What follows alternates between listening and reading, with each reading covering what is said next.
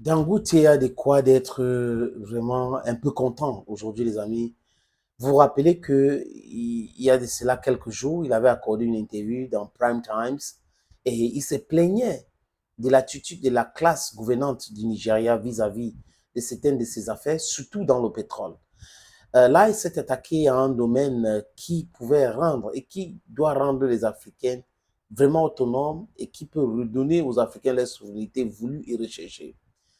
On ne peut pas produire le pétrole, le brut en Afrique et on n'arrive pas à raffiner cela.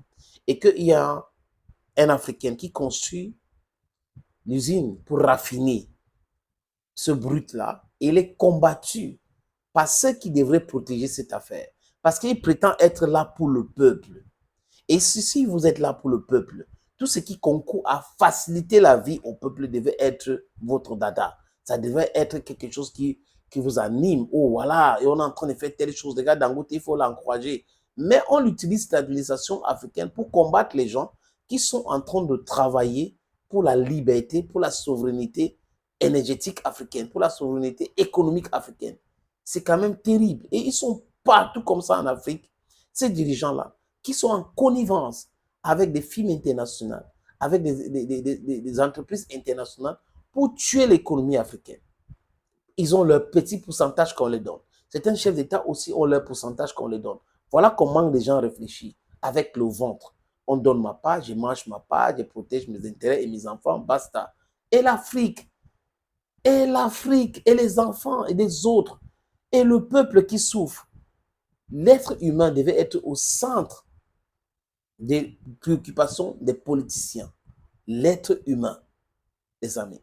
When we say in philosophy that it's only when philosophers will become president or those who are president, they transform themselves into philosophers, then we'll have justice, equilibrium, we'll have economic vibrance and development. We are saying something serious here. We need people who are pragmatic in the way they are doing things. That's the only way we can survive. The tides are so hard, difficult times are difficult. People are struggling. We need people with vision, people who have a sense of direction, people who have human being at the center of their preoccupation. That's what we really need in this continent. That's what we need in Africa, without which we cannot grow anything. We cannot develop ourselves. We should put that in our mind. And those youths who are watching this video today for the first time, they should have that in mind. Africa is only going to be developed by you and me. So we should have a change of mentality. Les amis, Dangote, c'est le plus riche, hein, l'homme d'affaires le plus prospère d'Afrique, les amis. Et aujourd'hui, malgré que Tinubu et ses ministres sont en train de le combattre au Nigeria, il fait des chiffres d'affaires vraiment agréables. Vous voyez un peu, surtout dans le secteur du ciment. On parle là des infrastructures, la construction des infrastructures. Avant cela, il y avait le chantage des sociétés européennes et autres là qui étaient dans ce domaine-là, l'importation du ciment. Non, c'est fini. On produit localement avec à bas prix, localement à bas prix. Donc, on peut construire notre Afrique comme ça. Donc, je vous parle donc des résultats affichés semestriels 2024. Particulièrement, vraiment, on dit c'est agréable, c'est robuste, hein, les chiffres d'affaires, et c'est en nette hausse de 6,3%, donc atteignant à peu près 189,9 milliards de naira. C'est beaucoup d'argent. Donc, il gagne beaucoup d'argent parce qu'il produit, après, il travaille aussi bien.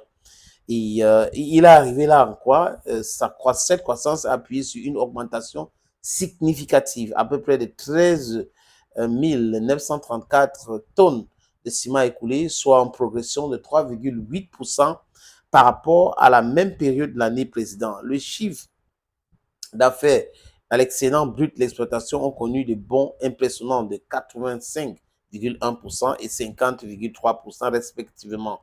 Si le marché nigérian reste prépondérant, représentant 54% de l'activité, ce sont les filiales africaines qui ont également contribué à cette performance exceptionnelle.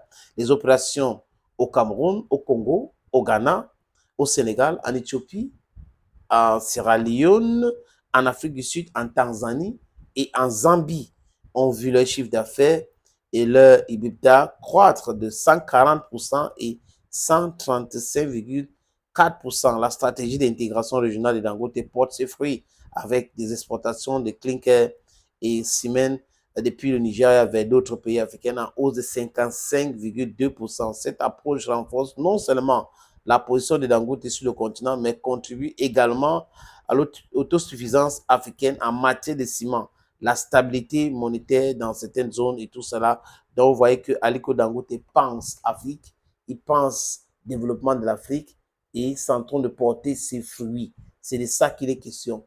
On gagne l'argent parce qu'on travaille, mais on gagne l'argent aussi parce qu'on pense Afrique, on pense du bien de l'Afrique, on veut l'industrialisation de l'Afrique, on veut la construction des infrastructures en Afrique et on donne les moyens aux Africains de pouvoir réaliser cela. N'est pas tant importer des choses chaque fois qui vont nous coûter les yeux de la tête. Parfois, c'est du dumping et qui parle de dumping parle de destruction de notre tissu économique. Dans certains domaines, ils font cela, ils font du dumping et les gens qui n'ont pas la vision pensent à leur vente. Ils auront leur pourcentage, mais ils ne pensent pas à leur tissu économique local qui sont en train de détruire.